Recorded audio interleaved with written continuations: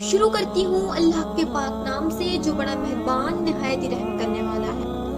السلام علیکم دوستو، آج میں آپ سب کو ایک ایسی شخصیت کے بارے میں کچھ باتیں بتاؤں گی جو حضرت محمد صلی اللہ علیہ وآلہ وسلم کی نواسی، حضرت علی رضی اللہ تعالیٰ عنہ اور حضرت فاطمہ رضی اللہ تعالیٰ عنہ کی بڑی بیٹی اور جنتی نوجوانوں کے سردار حضرت حسن اور حضرت حسین رضی اللہ تعالیٰ عنہما کی سگی بہن ہے۔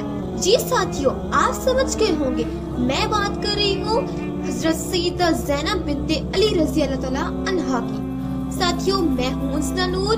اگر آپ کو میری ویڈیو پسند آئے تو اسے لائک کیجئے اور میرے چینل کو سبسکرائب کرنا مت بھولیے گا۔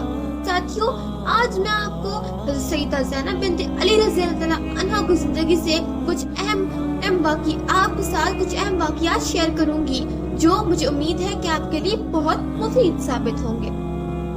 حضرت سیدہ زینب بنت علی رضی اللہ تعالیٰ عنہا 5 جمادی الاول 5 ہجری کو مدینہ منورہ میں پیدا ہوئی۔ آپ رضی اللہ تعالیٰ عنہا بہت عقل مند، دانا اور سخی تھی۔ اعلیٰ درجے کی گفتگو آپ کی امتیازی خصوصیت ہے۔ حضرت زینب بنت علی رضی اللہ تعالیٰ عنہا کو نبی کریم صلی اللہ علیہ وسلم کی زیارت کرنے اور آپ صلی اللہ علیہ وسلم سے دین سیکھنے کا موقع ملا۔ جب 7 سال کی تھی تو آپ رضی اللہ تعالیٰ عنہا کے نانا حضرت محمد رسول اللہ خاتم النبیین صلی اللہ علیہ وسلم کا وصال ہو گیا۔ ابھی یہ زخم تازہ ہی تھا کہ چند ماہ بعد آپ کی والدہ ماجدہ حضرت فاطمہ زہرا رضی اللہ تعالیٰ عنہا بھی دنیا سے رخصت ہو گئی۔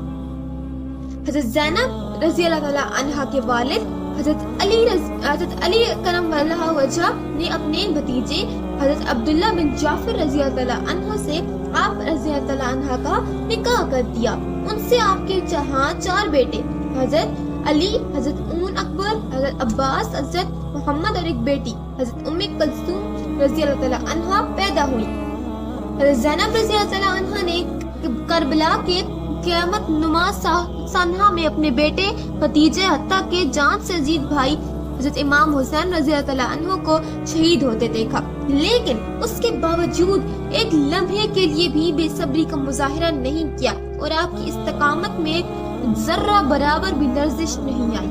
ایک مرتبہ ایک شامی نے کربلا کی ظاہری برتری کو اپنی فتح کی دلیل بناتے ہوئے طنز کا زہریلا تیر چلایا اور زینب رضی اللہ عنہ نے اسے منہ توڑ جواب دیا۔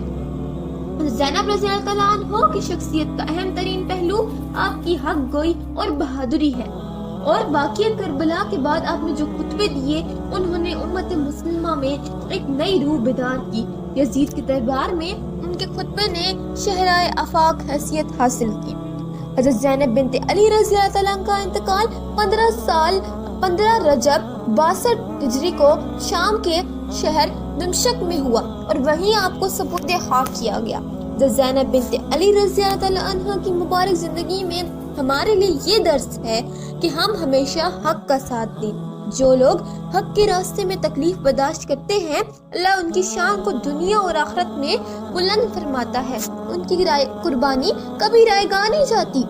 باطل اگر وقتی طور پر جیت بھی جائے، ہمیشہ کی شکست اس کا مقدر بن جاتی ہے، لیکن حق پر ثابت قدم رہنے والے کبھی ناکام نہیں ہوتے۔ زینب رضی اللہ تعالیٰ عنہا کے نقش قدم پر چلتے ہوئے خواتین کو قوم و ملت کی تعمیر و ترقی میں اپنا کردار ادا کرنا چاہیے۔